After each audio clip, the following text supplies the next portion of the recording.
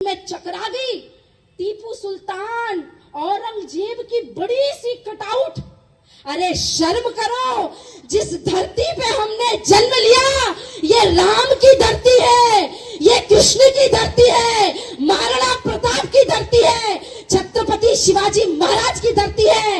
ये टीपू सुल्तान औरंगजेब की धरती नहीं है, ये हनुमान जी महाराज की धरती है। और हिंदुओं, ईंट का जवाब पत्थर से लेना होगा। अगर ये टीपू सुल्तान औरंगजेब अकबर बाबर के फोटो चित्र कटआउट लगाए तो उनको कह देना कि साध्वी सरस्वती आई थी और कह के गई है कि जो छेड़ेगा हिंदू की हस्ती को मिटा देंगे हम उसकी हर एक बस्ती को।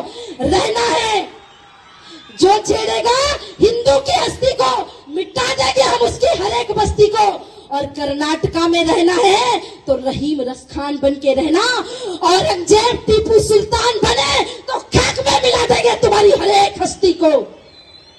अगर इस धरती पे रहना है तो रहीम रसखान बन के रहो। लोगों को लगता है मुझे मुसलमानों से नफरत है, ऐसा कुछ भी नहीं है। मैं तो रहीम रसखान को मानती हूँ, गुलाब सखी की भजन गाती हूँ, मैं एपीजे अब्दुल कलाम को प्रणाम करती हूँ। लेकिन कोई कहे कि टीपू सुल्तान औरंगजेब बाबर इनकी नहीं महाराज, ये तो लुटेरे थे, लुटेरे, ये पापी थे, ये विधर्मी थे, ये हमारे देश को लूटने आए थे। हिंदुओं जागो, आपके ही कर्नाटका में विधर्म हो रहा है। स्कूल में टीपू सुल्तान का चित्र रख करके बच्चों को उसको प्रणाम करवा करके निकाला जाता है। क्या शिक्षा दोगे आप अपने बच्चे को? हमारा धर्म कहता है, हमारे गुरु कहते हैं, किसी देश को अगर नष्ट करना हो तो उस देश की शिक्षा प्रणाली, उसकी शिक्षा, उसकी संस्कृति को नष्ट कर तो देश नष्ट हो जाएगा। और चल क्या रहा है, हो तो वही रहा है। तो सबसे पहली बात, हर चीज का एक विषय, हिंदू एकता। हिंदुओं में एकता होनी चाहिए। आप किसी भी जाति के हैं, आप किसी भी संप्रदाय के हैं, आप किसी भी स्थान के हैं, आप कहीं से भी आते हो, लेकिन आपका पहला कर्तव्य है, हम सनातनी हैं, हम हिंदू हैं, हमारा एक ही परिचय है।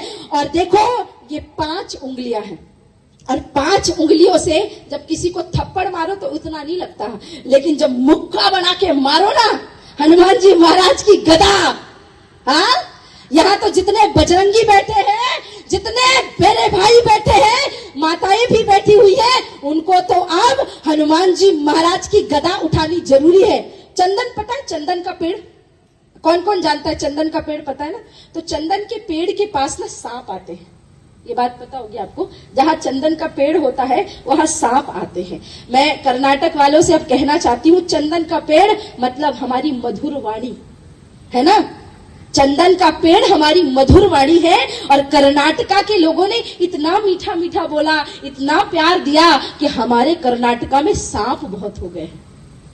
अब कर्नाटका से सांप हटाने के लिए मेरे दादाजी कहते थे कि अगर घर में चंदन का पेड़ लगाना है तो ये सोच के लगाओ कि सांप ना आए, और अगर सांप ज्यादा हो जाए तो चंदन का पेड़ नहीं लगाते, बल्कि घर में डंडा रखा जाता है कि सांप आए और डंडा मार के भगाना है। तो कर्नाटक वालों, अब डंडा से काम तो नहीं चलेगा, अब तो हनुमान जी महाराज की गदा।